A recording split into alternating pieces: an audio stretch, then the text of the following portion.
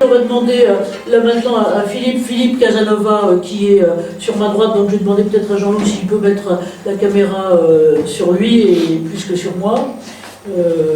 Voilà. Donc Philippe, alors je dirais pas que vous êtes comme les chats et que vous avez eu 9 vies et que vous en avez encore tout un tas, mais qu'effectivement vous êtes à la fois médecin du travail et médecin légiste de formation. Nous on s'est connus, alors je dis les choses, quand il était à France Télévisions, vous interveniez pour structurer et faire avancer les choses à France Télévisions, mais je crois que vous avez eu aussi d'autres exercices qui étaient aussi intéressants aussi au Luxembourg, donc il y a eu Thalès, il y a eu le Luxembourg, et donc aussi c'est une expérience d'une autre culture de santé au travail. Là vous êtes maintenant directeur du pôle médical d'un service qui s'appelle CMSM, c'est ça?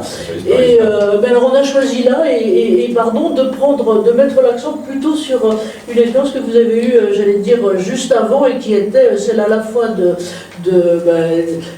médecin du travail, de médecin légiste dans un CHU, et donc avec un établissement qui a aussi la mission sur le soin, et surtout dans un département français spécifique, et qui est la Martinique. Alors, c'est à vous. Je vous passe la parole, si vous voulez bien, et je ne vais pas tarder à afficher votre photo. On ne veut pas se séparer de Laurent, mais voilà. Et donc, voilà, Philippe, et je me suis permis aussi, alors pour vous, juste pour redire à quoi ressemblait le département, et là c'est une configuration du marché de l'emploi, et puis aussi du contexte de ces dernières années, et notamment pendant Covid, qu'on a connu. Voilà, c'est à vous. Merci. Eh bien, écoutez, moi, effectivement, je vous parlais de l'expérience que j'ai eue quand j'étais chef du service de santé au travail du CHU de Martinique, donc pendant l'épidémie de Covid. Donc le CHU, c'est le principal employeur de l'île. Ça couvre à peu près 7500 agents, donc c'est un petit CHU, mais localement, c'est très très important. Et on a eu l'occasion, dans le service, de faire travailler, entre autres, les internes pour leur thèse sur 2 sujets. Le premier sujet, ça a été les données en termes de maladies professionnelles des agents du CHU. Et deuxième sujet, plus compliqué, ça a été la problématique du chlordécone. Alors je vais reprendre les 2 sujets. Donc le premier sujet sur les maladies professionnelles, l'idée ça a été d'essayer de sortir des dossiers, alors qui sont des dossiers papier, hein, puisque en fait j'ai commencé à informatiser le service quand je suis arrivé, mais avant c'était tout papier. Donc avec les internes, on a ressorti un certain nombre de dossiers, on a sorti toutes les maladies professionnelles sur 5 ans du CHU pour essayer de voir un petit peu comment c'était constitué. Et puis, donc là c'était sur les personnels soignants et administratifs. Personnels soignants et administratifs. Donc en fait on a fait 2 bases de données. On a fait une première base de données avec l'ensemble des individus qui ont eu des maladies professionnelles. Puis après on a fait une deuxième base de données sur les maladies professionnelles qui avaient été reconnues. Ce qui permet de croiser les 2 bases. Après c'est la technique un peu statistique. Et là on s'est aperçu que, alors évidemment le point majeur c'est les TMS, donc le tableau 57, mais on peut aller de façon très très fine, puisqu'on a regardé quel type de population était,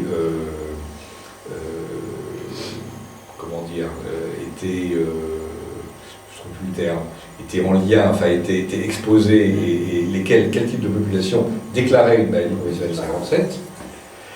Et on s'aperçoit qu'on a eu beaucoup de choses, par exemple sur les maladies du tableau 57C, c'est essentiellement le poignet et les doigts. Vous le faites un peu pour les nuls, hein, je ne veux pas. Voilà. Et on s'est aperçu que dans le poignet et les doigts, c'était essentiellement les doigts. C'est-à-dire que par rapport aux déclarations de maladies professionnelles dans un CHU de métropole, et ben effectivement, on avait des taux de maladies professionnelles au niveau des doigts qui étaient beaucoup plus importants. Et ensuite, on est allé regarder quel type de population. Et par exemple, on a pour les doigts les infirmiers anesthésistes. Et quand on commence à regarder un petit peu la gestuelle, on se rend compte qu'effectivement, ils ont des manipulations, notamment un système d'intubation où il faut arriver à prendre. Enfin, il y a un geste très précis d'appareillage, et donc il force de façon plus importante sur les doigts. Donc, alors qu'on a des populations qui sont relativement un peu exposées. On sait que par exemple les IBOD, donc les infirmières de bloc opératoire, là elles sont plus dans les pathologies d'épaule, parce qu'elles sont à tenir des écarteurs pendant assez longtemps sur des positions un petit peu difficiles.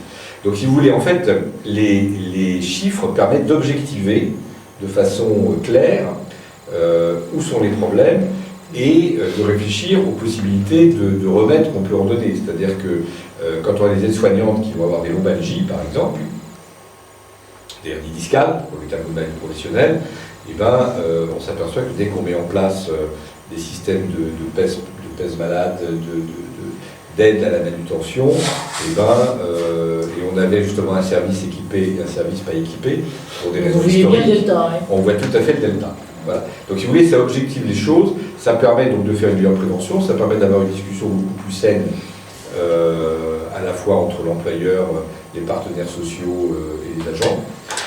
Voilà. Donc il y a un travail d'objectivation, et on voit bien qu'on est là sur les maladies professionnelles, à la jonction entre la médecine légale et la médecine du travail, puisque la maladie professionnelle, c'est de la réparation, mais qu'en ayant la connaissance de la réparation, on peut aussi avoir une connaissance de la prévention pour le futur. Voilà. Sachant qu'évidemment, la réparation n'est pas la prévention, on ne les confond pas, mais l'une et l'autre peuvent s'entraîner. Alors l'autre point qu'on a fait, c'est qu'on était le centre un peu de référence de patho-professionnels pour les Antilles françaises, et donc on a exploré le chlordécone. Le chlordécone, c'est un insecticide qui est en place pour lutter contre le charançon de la banane, puisque la banane, c'est la grosse production, et cet insecticide a été interdit en France et a continué pendant 20 ans aux Antilles, parce qu'il y a eu une pression des producteurs de bananes et que la loi ne s'est pas appliquée, c'est-à-dire qu'il y a eu une dérogation. Et du coup, on a une contamination extrêmement importante, alors à la fois de la population, puisqu'on a fait la population d'un point de vue environnemental, et puis évidemment des gens qui travaillent dans l'agriculture, notamment des ouvriers agricoles, qui sont assez nombreux. Et en plus, c'est un insecticide qui est rémanent, c'est-à-dire qu'une fois qu'on l'a mis en place, eh bien, il continue son activité, il a une demi-vie d'à peu près 7 siècles. Donc évidemment, 700 ans, ça fait une rémanence importante. Donc du coup, on a dans l'eau et dans un certain nombre de fruits, de légumes qui sont cultivés sur place, on a une augmentation du taux de chlordécone dans la population générale, donc avec des taux environnementaux assez bas. Par contre, dans la population des salariés de l'agriculture, là, on a eu des taux beaucoup plus importants, et entre autres, les études ont permis d'arriver à la création d'un tableau de maladie professionnelle. Spécifique, enfin en tout cas à l'inclusion dans un tableau, notamment par exemple du cancer de la prostate, qui maintenant est reconnu comme une maladie professionnelle chez les ouvriers du chlordécone. Alors ça a été compliqué à mettre en place parce que, et là ça a été une collaboration avec l'ARS, avec le CHU, alors il n'y a pas de MSA aux Antilles, c'est les services de santé au travail qui ont la fonction pour le suivi, et c'est la caisse de sécurité sociale, la caisse générale de sécurité sociale des Antilles qui gère ça. Voilà. Merci. Et donc là, on voit bien effectivement qu'il y a une approche en plus sur la population spécifique, à la fois et de la région et d'un segment d'activité sur une activité, une utilisation de produits toxiques. Voilà. Et par exemple, l'ARS, donc l'État à travers l'ARS, ont financé les bilans biologiques, donc le dosage de la chlordécone dans les urines, dans le sang, et donc les gens ont pu venir faire ce dosage au CHU. Donc tout l'investissement matériel a fait que ça a été gratuit pour eux. Donc ça nous a permis d'avoir effectivement un paquet de données intéressantes.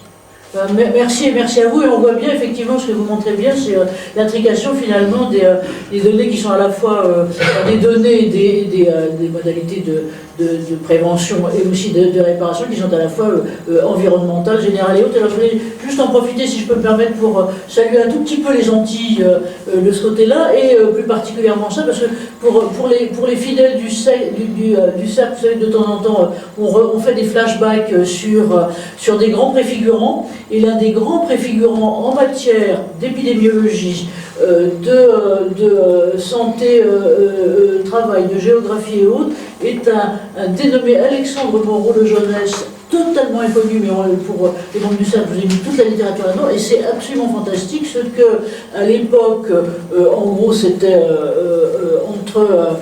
il s'est battu, si on peut dire, il était recruté par Lafayette, donc il s'est battu entre 1790 et 1820 et il était là-bas, et à quel point il a pu faire avancer les connaissances des pathologies aux Antilles. Donc voilà, et particulièrement, il était plus, je crois, sur la Guadeloupe que sur la Martinique, mais encore qu'il soit sur les deux îles. Merci à vous, et donc...